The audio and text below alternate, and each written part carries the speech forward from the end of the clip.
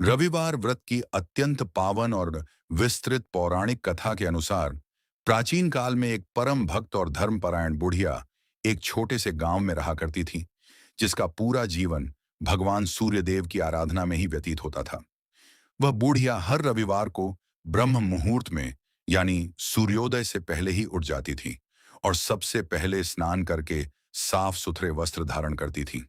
इसके बाद वह अपनी पड़ोसन के घर जाकर उसकी गाय का ताजा गोबर लाती थी और अपने पूरे घर तथा आंगन को बहुत ही श्रद्धा भाव से लीपती पोतती थी, ताकि पूरा वातावरण शुद्ध और पवित्र हो सके। घर की साफ सफाई और शुद्धिकरण करने के बाद वह बहुत ही शुद्ध मन से भगवान सूर्य नारायण की तांबे की मूर्ति की पूजा अर्चना करती थी, उन्हें जल का अर्घ्य देती थी और बहुत ही प्रेम से उनके लिए उत्तम भोजन तैयार करके सबसे पहले सूर्यदेव को भोग लगाती थी। इस कड़े नियम का पालन करने के बाद ही वह दिन में केवल एक बार खुद भोजन ग्रहण करती थी और पूरे दिन सूर्यदेव के मंत्रों का मन ही मन जाप करती रहती थी।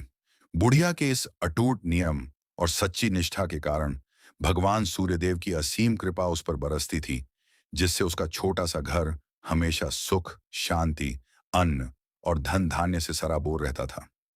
बुढ़िया के चेहरे पर एक अद्भुत तेज था और वह कभी बीमार नहीं पड़ती थी और उसके जीवन में किसी भी प्रकार का कोई कष्ट या अभाव दूर दूर तक नहीं था। बुढ़िया की इस सुख, समृद्धि और वैभव को देखकर उसकी पड़ोसन के मन में धीरे धीरे ईर्ष्या और जलन की भावना पैदा होने लगी, क्योंकि वह सोचती थी कि यह बुढ़िया बिना किसी कठिन परिश्रम के इतने ठाट बाट से कैसे रहती है।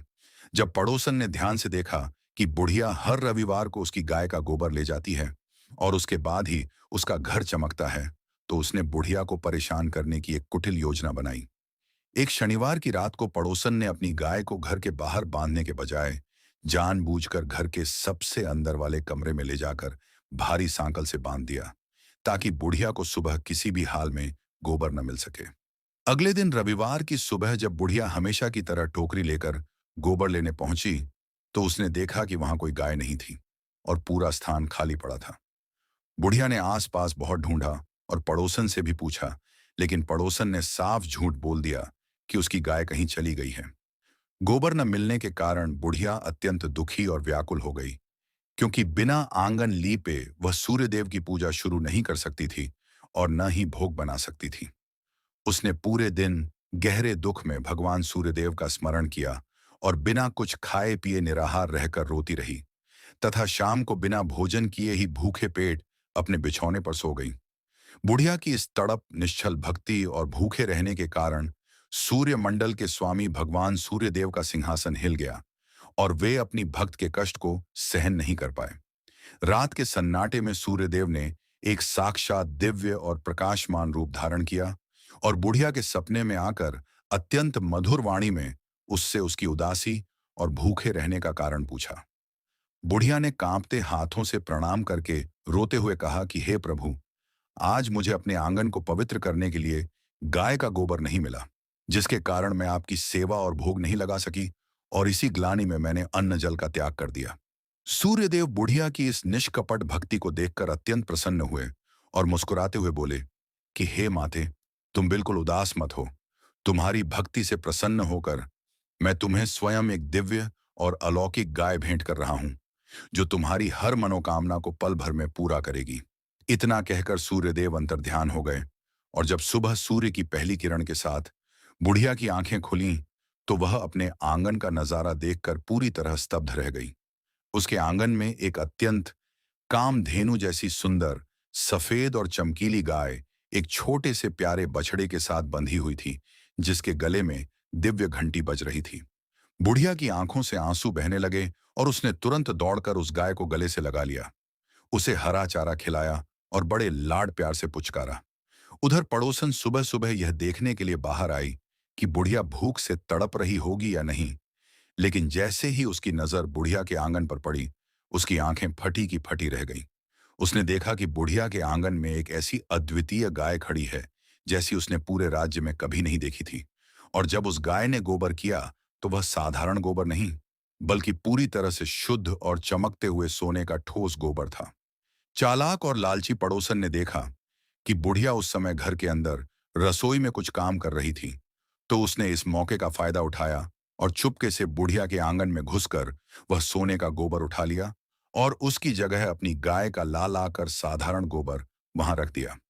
भोली भाली बुढ़िया को इस हेरा फेरी का बिल्कुल भी अंदाजा नहीं था,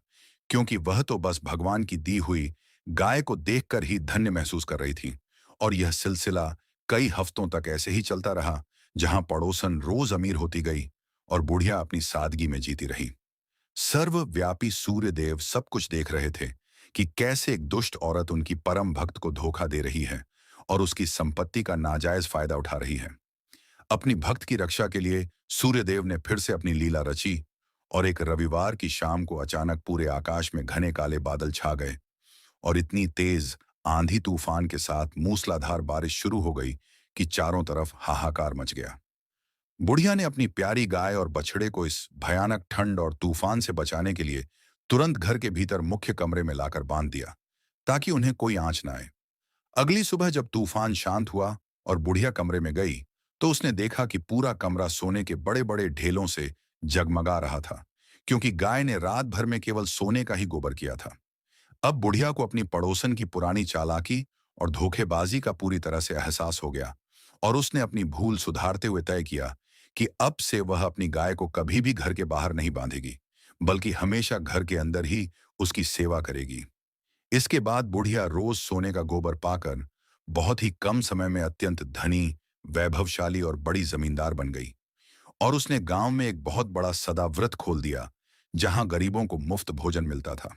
दूसरी तरफ दुष्ट पड़ोसन जब सोने का गोबर चुराने में नाकाम हो गई, तो उसकी जलन इस कदर बढ़ गई कि वह सीधे नगर के राजा के दरबार में पहुंच गई और राजा के कान भरते हुए बोली कि महाराज, हमारे राज्य की एक बुढ़िया के पास एक ऐसी जादुई गाय है जो सोने का गोबर देती है, और ऐसी दिव्य गाय तो केवल राजा के महल के अस्तबल में ही शोभा देती है, उस तुच्छ बुढ़िया के घर में नहीं।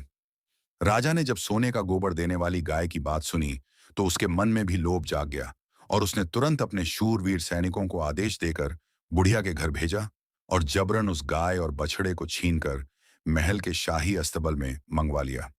बुढ़िया रोती बिलखती रही और सैनिकों के सामने हाथ जोड़ती रही, लेकिन किसी ने उसकी एक न सुनी और वह उस रात फिर से भूखी प्यासी रहकर सूर्यदेव को पुकारने लगी। उधर राजा गाय को पाकर बहुत खुश था और उसने खुद जाकर उसे कीमती 56 भोग परोसे, लेकिन गाय ने उस भोजन को छुआ तक नहीं और बेहद उदास खड़ी रही। उसी रात भगवान सूर्यदेव ने राजा के सपने में आकर अत्यंत क्रोधित मुद्रा में दर्शन दिए और बिजली जैसी कड़कती आवाज में कहा कि हे राजन, तूने एक निरपराध बूढ़ी और मेरी परम भक्त की गाय को छीनकर बहुत बड़ा पाप किया है, जिसके कारण तेरा पूरा साम्राज्य नष्ट हो सकता है। सूर्यदेव ने चेतावनी दी कि यदि तूने सुबह होते ही ससम्मान व गाय बुढ़िया को वापस नहीं लौटाई, तो तू कोढ़ का रोगी हो जाएगा, तेरा धन नष्ट हो जाएगा और तेरा महल खंडहर में तब्दील हो जाएगा। सुबह उठते ही राजा बुरी तरह थर थर कांपने लगा और उसने बिना एक पल गंवाए अपने मंत्रियों और सैनिकों को बुलाया और खुद सोने के रथ पर बैठकर उस दिव्य गाय और बछड़े को लेकर बुढ़िया के घर पहुंचा। राजा ने बुढ़िया के चरणों में गिरकर अपनी इस भूल के लिए क्षमा मांगी, उसे बहुत सारा और धन दौलत उपहार में दिया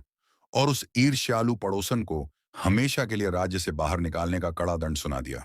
राजा ने पूरे राज्य में यह ढिंढोरा पिटवा दिया कि अब से राज्य का हर नागरिक अपनी सुख, समृद्धि, निरोगी काया और सभी मनोकामनाओं की पूर्ति के लिए हर रविवार को सूर्यदेव का व्रत रखेगा और इस पावन कथा को सुनेगा। तब से लेकर आज तक जो भी मनुष्य इस परम कल्याणकारी रविवार व्रत को रखता है और इस पूरी कथा को अत्यंत श्रद्धा, विश्वास और बिना किसी शंका के सुनता या पढ़ता है, उसके जीवन से दरिद्रता, मानसिक तनाव, बीमारियां और शत्रुओं का सर्वनाश हो जाता है और उसे अंत में परम पद यानी मोक्ष की प्राप्ति होती है।